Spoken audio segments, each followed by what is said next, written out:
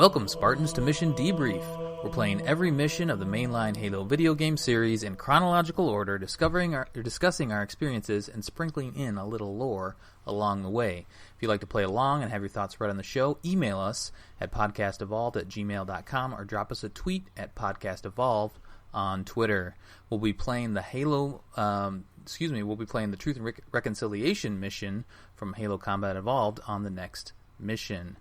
This mission, we are debriefing Halo from Halo Combat Evolved. I'm your host, Colin Perkins, alongside David Arnold. Hello, everybody. And Krista Brown. Halo what? So the last mission, we narrowly escaped Planet Reach. The Pillar of Autumn pokes out of slip space right outside a mysterious ring-shaped planet. We quickly get introduced to Captain Keyes, the ship's AI, Cortana, and Sergeant Avery Johnson, who are prepping for the Covenant to attack the ship.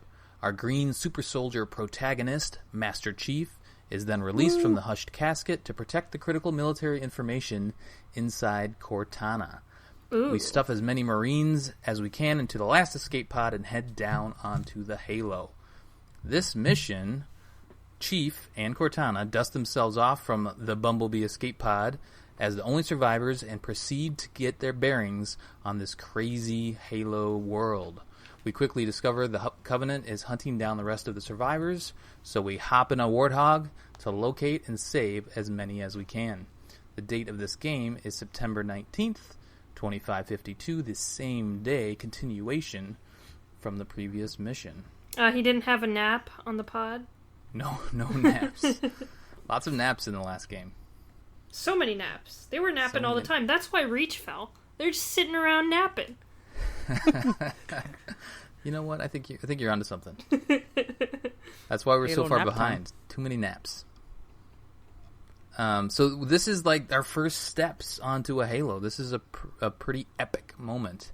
It's the moment everyone talks about, right? This is the moment. It's not really Pillar of Autumn. It's stepping out onto the ring-shaped world and seeing like the horizon like slowly arc above you, and you can just watch people's eyes as they like follow the length of the ring all the way over to the other side.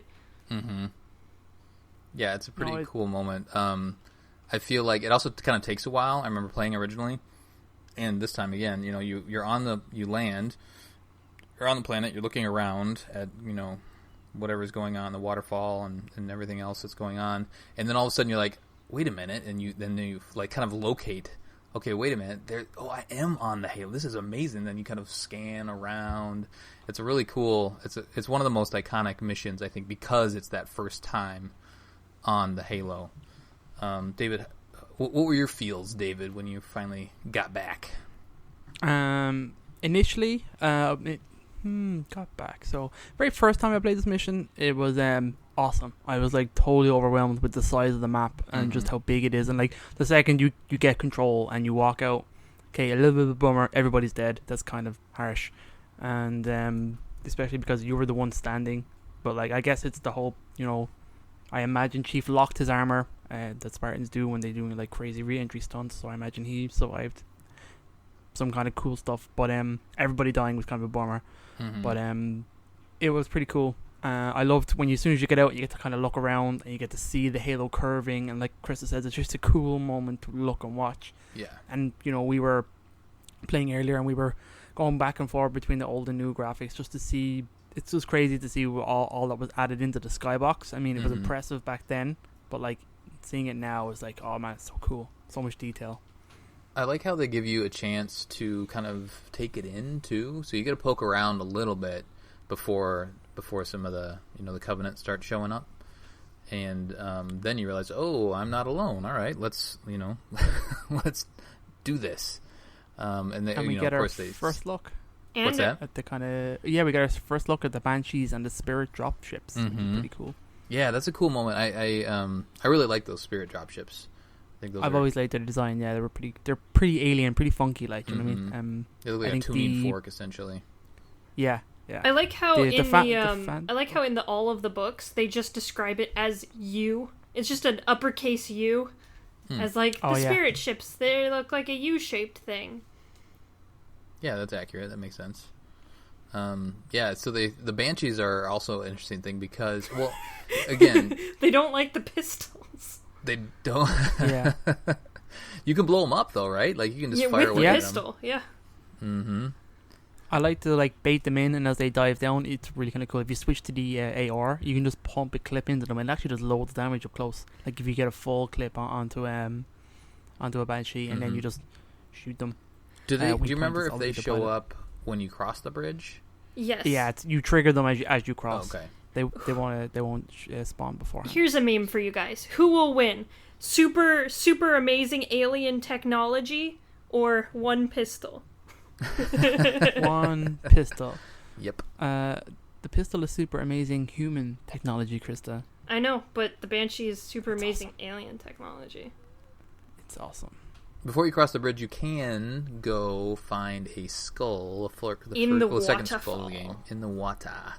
And it is which one is it? I have it in my notes here. Where is it? Mythic Skull. And yeah, don't put that skull on. Don't do that, because that doubles everybody's health. Unless you're doing a lasso, and good luck. Ooh. Mm-hmm. We played all of Pillar of Autumn on a lasso once, David. Boo. He didn't. We never finished it, actually. I think we got to the double decker part. Yeah. And then you were like, I don't want to do this anymore, and I'm like, fine. It had been like 12 hours, Krista. It wasn't 12. It was like 1.5 hours or something. Anyway, we're getting way off topic. David, why do you always get me off topic? Because you love it. I do love it. I love being off topic. So you can poke around with some of those Banshees if you want, destroy them if you want. They will eventually kind of go off onto the side. I think there's an achievement for getting both of them, isn't there? Maybe. I think there was before they escape. We then the other interesting thing is, I guess when you land on the Halo, you don't necessarily expect it to just look like Earth. You know, it's green, it's got trees and rocks and everything. I guess I didn't know what to expect, but that's where it kind of felt weird. It's like I'm on this alien ring thing, but it kind of feels normal, and I'm climbing up this nice, hilltop, and then there's more aliens shooting at me. And there, this is the first. Do we first see jackals here, or is it in the next section? Yes, we first in the next section. Yeah. Oh yeah. Yeah, it's when we're walking up the hill, we get to see a couple jackals. Yeah. There isn't jackals there. I think it's just grunts and elites. But it's when you go around the hill and get to the first kind of marine encounter where you're defending the marines on that little... I can't remember what those things are. The pulse up. I know they did describe them. They told us what they are. Yeah, the structures. The structures, like yeah. No, they shoot up something. the pulses of lights. What do those pulses Yeah, do? I wrote that down in my notes. They're like the spokes for the ring. Because if you got to think of the ring as like one big wheel, it actually has spokes to it, and those spokes all give energy to the middle of the ring, and I think they also have something to do with the ring's firing mechanism as well. I think so too. So it's the structure of the ring, and it's with the firing mechanism. Okay. And so there's just however many around the Halo that just kind of fire that pulse up into the center? Mm-hmm. Yeah. Interesting. Need to look at least that's what I remember last time I did the lore about it. Yeah. It's a cool effect for sure, and it is, mysterious. Like, what is going on here? Have you guys ever jumped into it? Because you can jump into it. You just immediately die. You have to glitch it out, but you can get in it. That's what I did as a kid. We did dumb shit like that. We meet up with some Marines after we kind of clean up the Covenant there at the base, and it's Johnson's voice. Is it Johnson? Do you guys know? I don't yeah, think it's that character. Johnson wasn't last really a mission, character. Right? Yeah, but he isn't like a real character for most of this game. I think he's like a comic relief, by name. like funny character that Bungie put in. Yeah, and that's why there's the Easter egg at the end where he's just hugging an elite. Mm-hmm. Yeah, I mean it is him because there are parts like one of the kind of things in this game is like if he survives, he asks for a volunteer. Say, "Oh, Marines, you need a volunteer." When the kind of Warhawk gets dropped off. And sometimes it's him, and he'll climb in, and you can take him around the mission. Oh, it's kind of cool. That's right. So before we get there, I guess, before we get that Warthog, we have to defend that spot.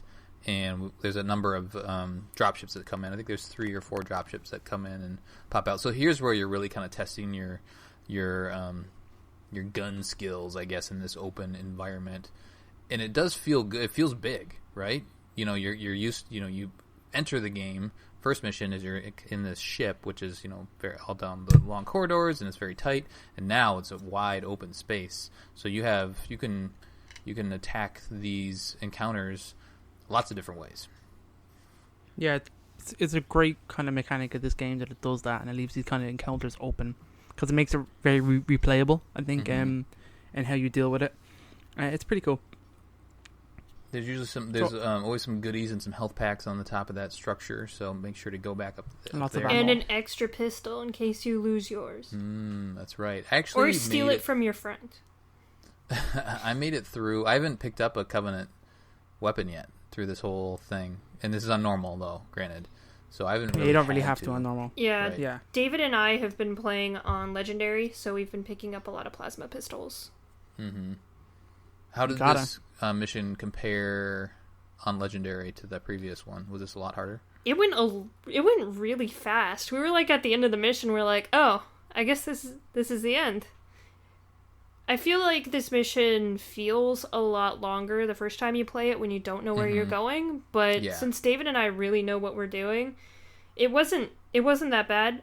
There are a lot of elites, so they kind of gave us trouble here and there. But I mean, all in all, we didn't die too many times. No. We only had to like restart from a checkpoint like 2 or 3 times. Yeah, and one time it's just because we wanted to get the skull. Oh yeah. And so we killed ourselves. But I think that encounter is fun. It's like the first ever, let's say, firefight moment. Yes. You're just defending an area against waves of enemies. And at the end of it then you get a cool prize. A beep beep. A puma. Yes. The puma. What? So I think Puma. A puma. What are you talking about? Have you never seen Red versus Blue? Nope. Oh, okay. Oh, then you don't know what a puma is. And they call it a puma because it's like a cat. Oh, that's right. That's all okay. On vault. I think There's an I just argument watched the first between couple episodes and they talk warthog, about it in puma. there, right? Chupa thingy. Anyway. That's right. Anyway, so we mentioned jackals also, and this is kind of our first encounter with jackals with shields, which is a cool mechanic.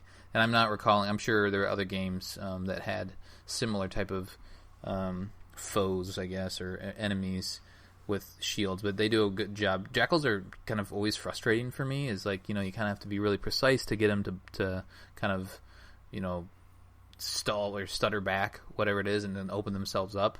And then I feel like the hitbox is always weird because I feel like every time I do, like I'll open them up and then I try to hit them in the head and it doesn't always hit. So maybe it's just me, maybe it's something quirky. There are some inconsistencies between the older graphics and the newer graphics, just because you know where the heads are don't look like where the heads are, kind of. Something that, and like with foliage and stuff, like the newer version has a lot more foliage to shoot around. But I mean, if you go back into original graphics, it's usually a lot bleaker, so it's easier to get enemies. So I find myself like switching back and forth a little bit, or just sticking to the older graphics because it's easier to tell where the hitboxes are a little bit. There's not really that inconsistency. It's a very, very slight inconsistency, though. Yeah. I don't think a normal player would really feel it. Sure. Or just think that maybe they can take 2 headshots or something like that. Yeah. The other great thing about jackals is when they do die, their shields kind of burst into like a little colored thing. I don't know if that. I guess I didn't look in the older treatment, in the original treatment, but in Anniversary, it's apparent. It kind of does a cool little burst animation. Well, and later in the game, the energy weapon, the energy sword does that too. It has like a little explodey kind of thing. Oh, that's right. It does, yeah. That's actually we'll talk about that later, but that's a special variant of energy sword. So we'll leave that for later. So we clean up the Covenant in this area after a couple dropships come in, and then Echo 419 Foehammer comes in. The goddess. Who I mistakenly thought was in our Bumblebee escape pod originally. Who died in the voice. Bumblebee escape pod. Yeah. But I guess that is one of the confusing things about this is I think I pick up on a lot more audio cues than I and I pick up on maybe what they're actually saying. That's just me. So I heard Fohammer's voice in the Bumblebee pod, and then I heard her again here, and then like Johnson in the beginning, and then he's also here. And I think they reuse a lot of voices throughout, especially in this first game. So it gets a tad confusing. But we see Fohammer, who's one of my favorites. She's that pilot with an attitude. I honestly don't think Bungie thought that some of the characters that the community really, held on to were characters that were going to leave any kind of memory, like Johnson and Fohammer. People love them, but I think they really expected people to be more interested in like Cortana and Guilty Spark, but people really liked Fohammer. I don't think they expected that to happen. It was just like, oh, this little side character, she'll talk some smack and pick you up. Well, Fohammer's got a sweet name too. That's one of the she coolest does. things. Yeah. She is. Let's see. I just brought up her page because I like her so much. Carol Raleigh is Fohammer, and there's some trivia here. What's Fohammer is? I'm not finding it. Oh, it's from Middle Earth. That's right. It's from Gandalf's sword. Lord of the Rings. Yes, so good. David, you were like, "What?" when I said that, and I'm like, "No, it's Gandalf's sword." It took me a second or two to think of it, but I knew what you meant. Yeah, Fohammer. It has some weird elven name too, but everybody just calls it Fohammer. Cool. There's a cool kind of talking point where Cortana mentions a command shuttle to Fohammer, although the actual meeting point for UNSC sources is the Alpha Base. So I think she was talking about like the command crew's specific lifeboat. But the Alpha Base was actually introduced in Halo: The Flood, which came out 2 years after the game. So that's kind of interesting. That is interesting. Almost kind of retcon some stuff for The Flood, but I guess we'll get to see some of that, like we talked about Fireteam Raven coming out, some of that kind of detail. So we've mentioned on our shows before. This game is interesting because Cortana's in your brain, and she's kind of just chatting along and dropping you bits of lore and mission information along the way, which is great. But it's also you don't always pick up on it. At least I don't always pick up on it. So we'll do our best, I guess, to kind of mention the interesting stuff or the stuff that moves the story forward as she says it. You know what really helps? There's a lot of dialogue there. Subtitles, because not all of the lines she says or between her and Guilty Spark, not all the lines they say are lines you can really hear at certain points, especially in the library. So if you put on those subtitles, it really, really helps to catch everything that they're talking about. Yeah. Yep. And I giggle because you've mentioned that like 8 times to me now throughout this entire... Turn on I'm going to start messaging you. Turn on the subtitles. It helps. Definitely helps. Let's see here. Then now so we get that Warthog from Fohammer. So Fohammer controls, yay or nay. Krista, yay or nay controls. Fohammer controls? You mean no, for Warthog, the Warthog? Warthog controls. I mean Warthog controls. Oh, I was on the turret. I made David drive. Yeah, so in general, do you like the Warthog controls or do you? They're kind of floaty. They're not quite precise as some of the older titles. But you get used to it. Yeah, but as you get into it and you get used to it, it becomes the way you know how to drive. So, like, I've told the story before on the podcast. I was pretty much very quickly delegated to the driver when it came to playing Halo games with my friends and stuff, because everyone wants to shoot the turret. So I was like, alright, fine. So even from way back, my first time, I was driving as everyone else was shooting. So I got used to the controls a long time ago. So I consider myself quite a good driver of the Warthogs. It takes some getting used to Halo, because it does change across the games. And the Halo C Warthog is a heavy Warthog. It's very sluggish. Yeah, and you bounce and you go. Yeah, there's a lot of bounce. There's a lot of tumbles very easily. But one cool thing which I've always liked about Halo, and they got rid of it in the later games, but especially in this game, if you tip somebody with any sign of momentum, any amount of it, and they're dead, one hit. Yeah. Like, that's so helpful for some of the higher difficulties when you're just mashing through elites. It's very, very, very, very, very useful. Yeah. It happens to your friends too. It sure does. He like tapped me. He tapped me with the Warthog. Instantly did. Yeah. In this mission, you kind of need the Warthog the entire time because it's a big area. You do. It's a huge area. And I think there's an achievement for finishing this mission with no warg without getting into it. It is such sounds that achievement exhausting. is a pain in the ass. It's the There's slowest some grenade shit. jumps that are needed and stuff, so there's some. It drags out the mission straight, definitely. But it was kind of fun to do, even though I suck at grenade jumps. So, that one. Oh yeah, because so you have to drive through that cave, and that's where you need a grenade jump, That's right? right. The famous cave. Yeah. The famous cave. Yes. What do they say? It's not a natural formation. Not a natural formation. Oh really? So, everyone really calls this line out as being like blatantly obvious and pretty terrible, but actually the line was actually in reference to something else. So originally the cave, which Cortana referred to, looked natural, although Cortana could tell that it was not. The cave was changed to look artificial near the end of the level's development, but the line was never changed, so they never really re-recorded the dialogue. Gotcha. So instead, like, they kind of kept that way. And then the statement serves as a namesake of a chapter in Halo Reach, which we talked about in the level of the package, in which Noble Team retrieves Cortana from the Forerunner complex. So that's actually called, this cave is not a natural formation. If you recall, we would have talked about that earlier in this series, or in Season 1. It's something that's highly referenced. That is very well. It's quoted all the time. Yeah, it's a fun talking point amongst, in Halo. It's memed all the time. Lore circles. Memed, that's the word. Memes. Yeah, I feel like the subtitles of the missions in the early games aren't as like tongue-in-cheek as the ones in the later ones. They're still good, and I didn't write them down, so if you guys... they were up in their game as you go through, but they're always fun things to look at in one stage, but it's cool. Yeah, so before you go into the non-natural cave, there is another skull on the top. The boom skull. Boom! So just kind of climb up there on top. That it's one is kind a of in the fun middle of one. the grass. And that's what that enhances explosions. Is that what? Yeah, it does? the explosion radius is 2 times bigger, Nice. so it just makes giant explosions. And pair that with the pinata skull, and you have a lot of fun. Mm-hmm. You're not gonna get through the mission very fast, but you're gonna have a lot of fun doing it. Well, and that's it just kind of highlights this game is fun to just mess around in. You know, it's a fun, interesting world. Obviously, we're still here talking about Halo years later, so it's a cool science fiction universe. But it's also just you can have a lot of fun just dicking around in it too. Definitely with the CEA editions where they brought in the skulls. Do you know what I mean? That definitely helped replay some of the missions, making it fun.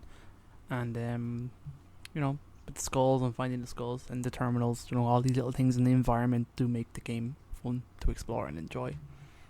The first terminal that we find, or the only terminal, I guess, in the mission, is through the cave. And this cave is also kind of a trial for your driving skills. It's not it is. easy to get through if you're not used to the controls.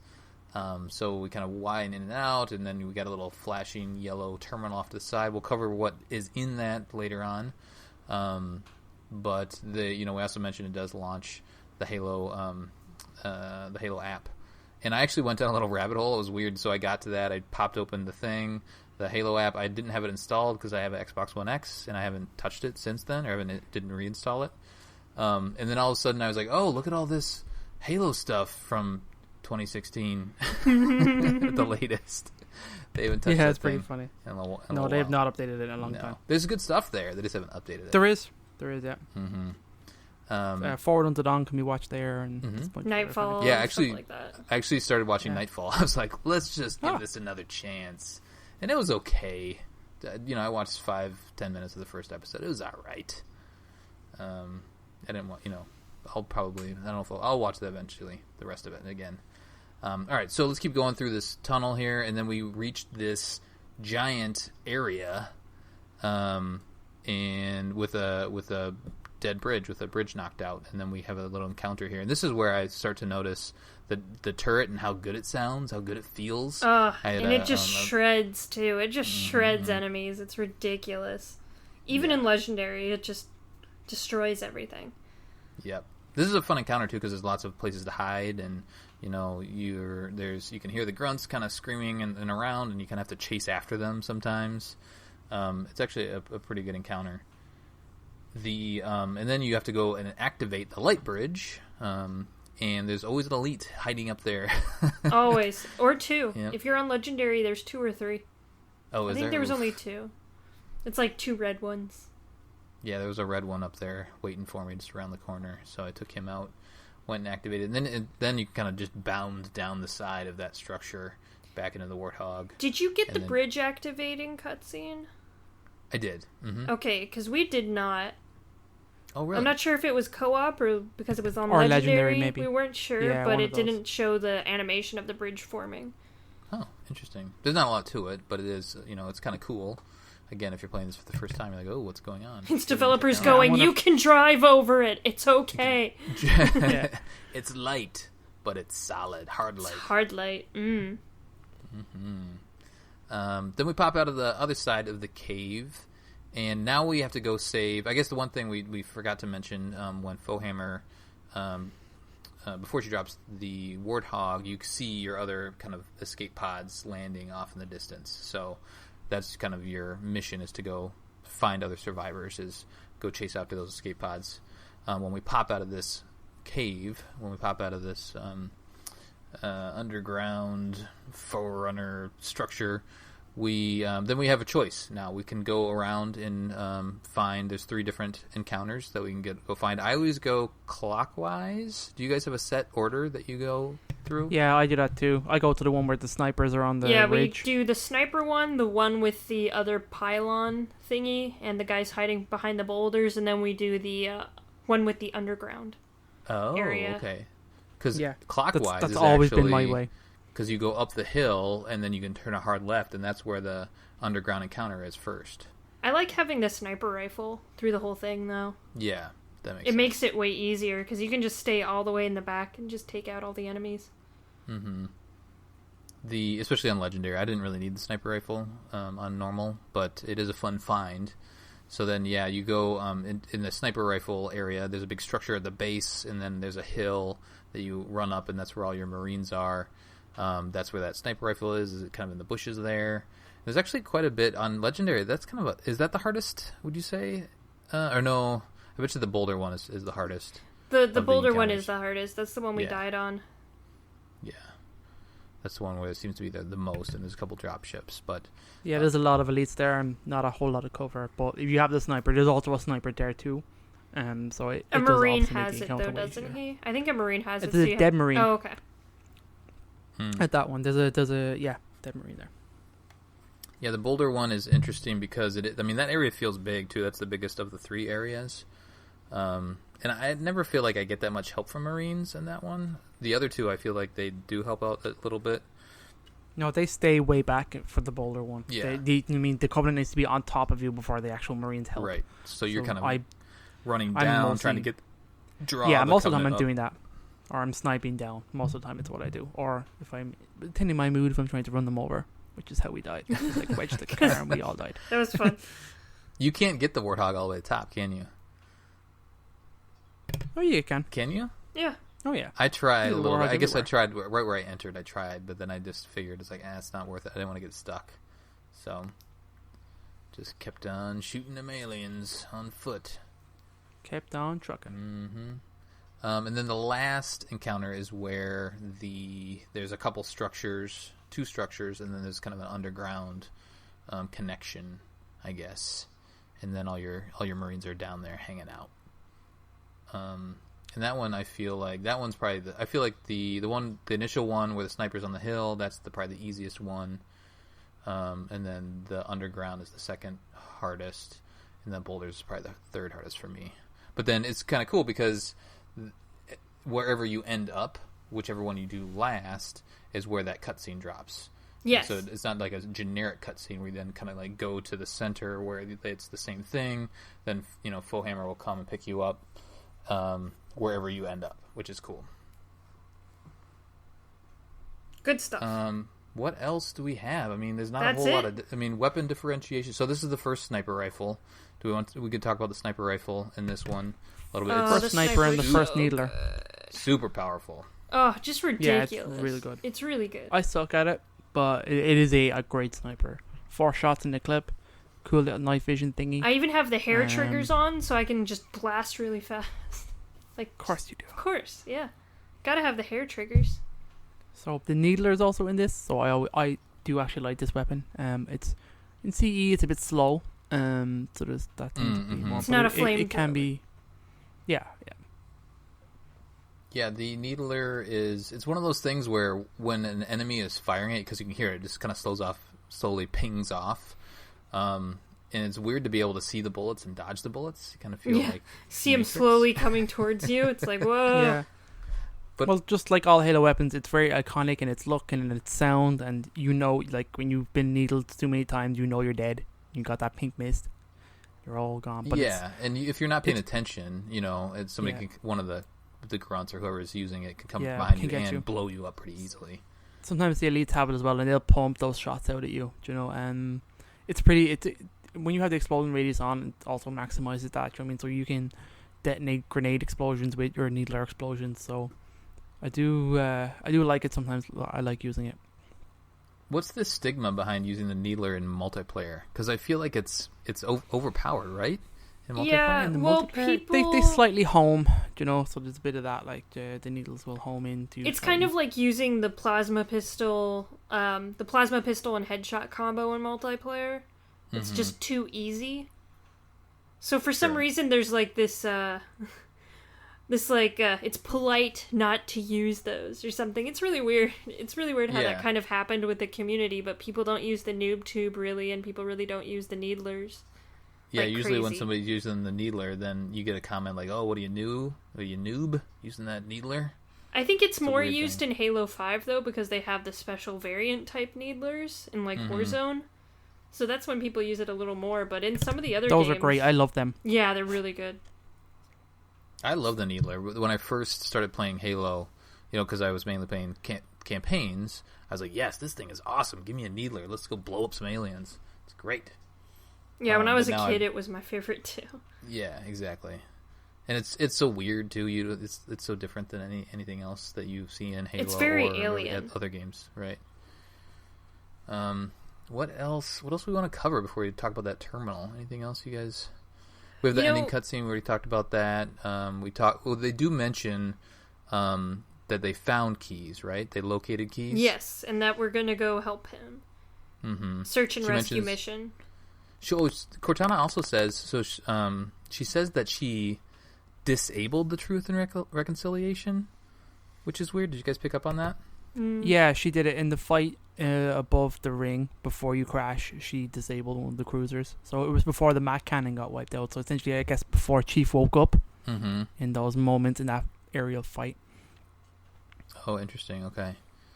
So they at least they kind of write in the reason in the next mission. The Truth and Reconciliation is kind of sitting there, so they write that in. And if you don't pick up on that one line, then it does seem a little bit weird. But oh well.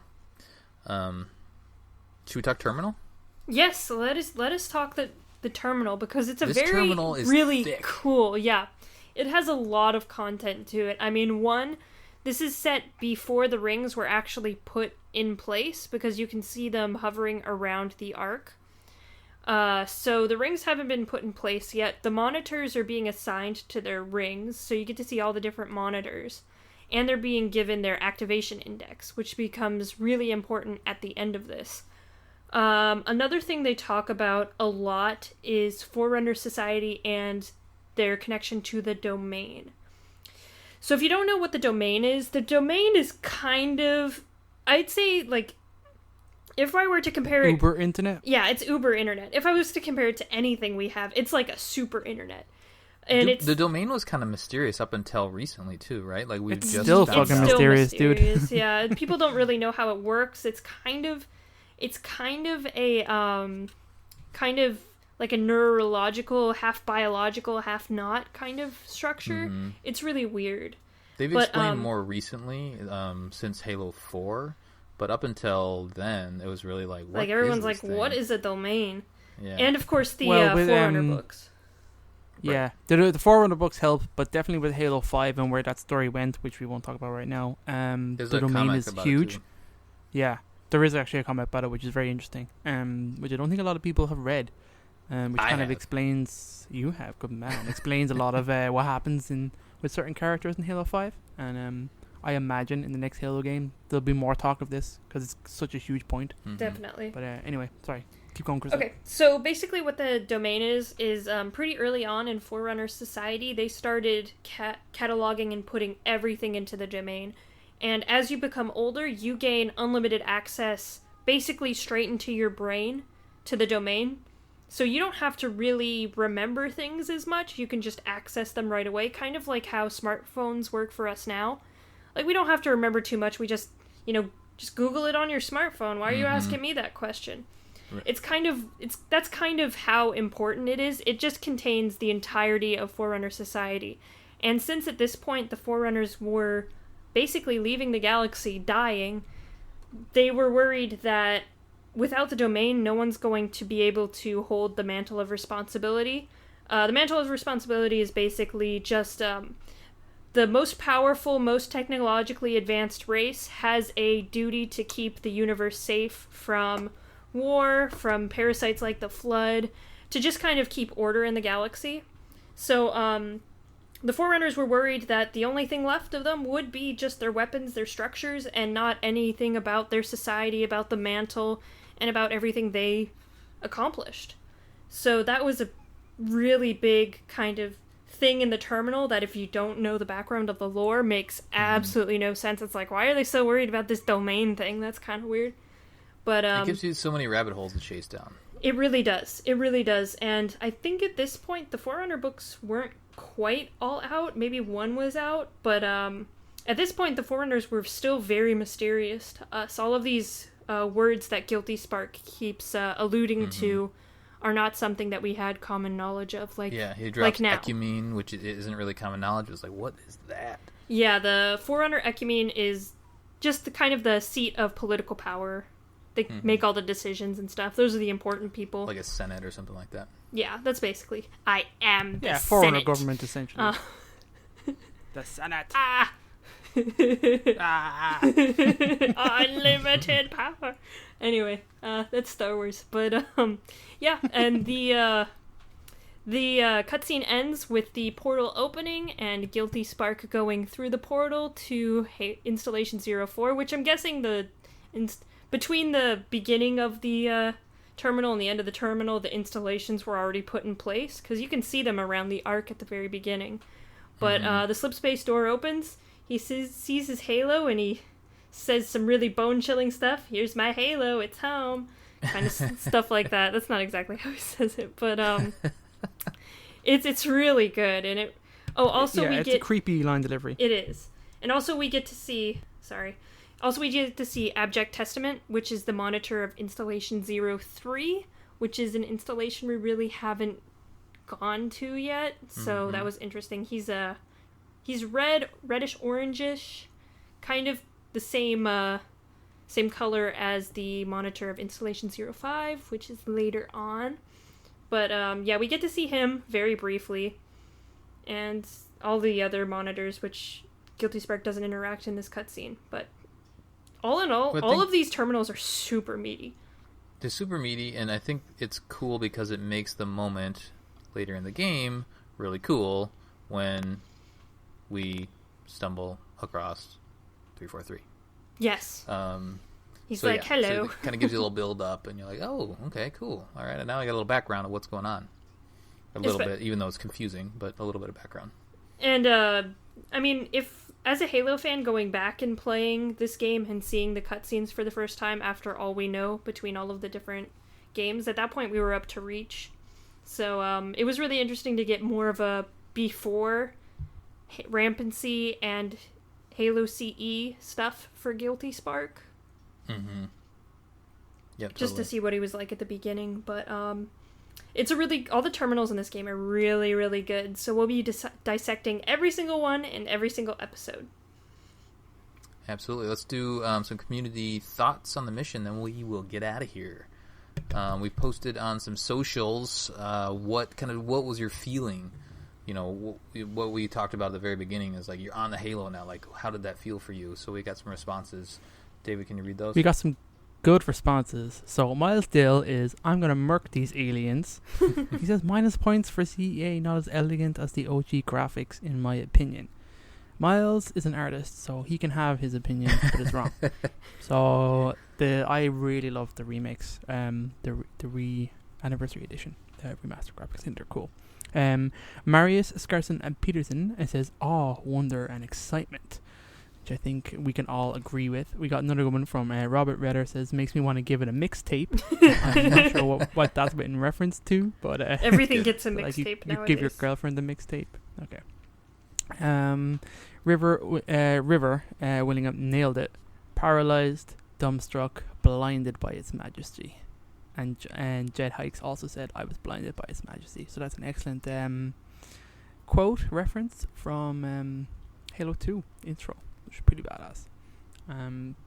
Which we won't talk about right now because we don't want to spoil it. Brandon Kramer also says, unlike the first time, I found a dirty mag under my older brother's bed, which is a unique take on it. But again, everyone was super positive, as you can imagine. It's a great intro to a game and to a mission.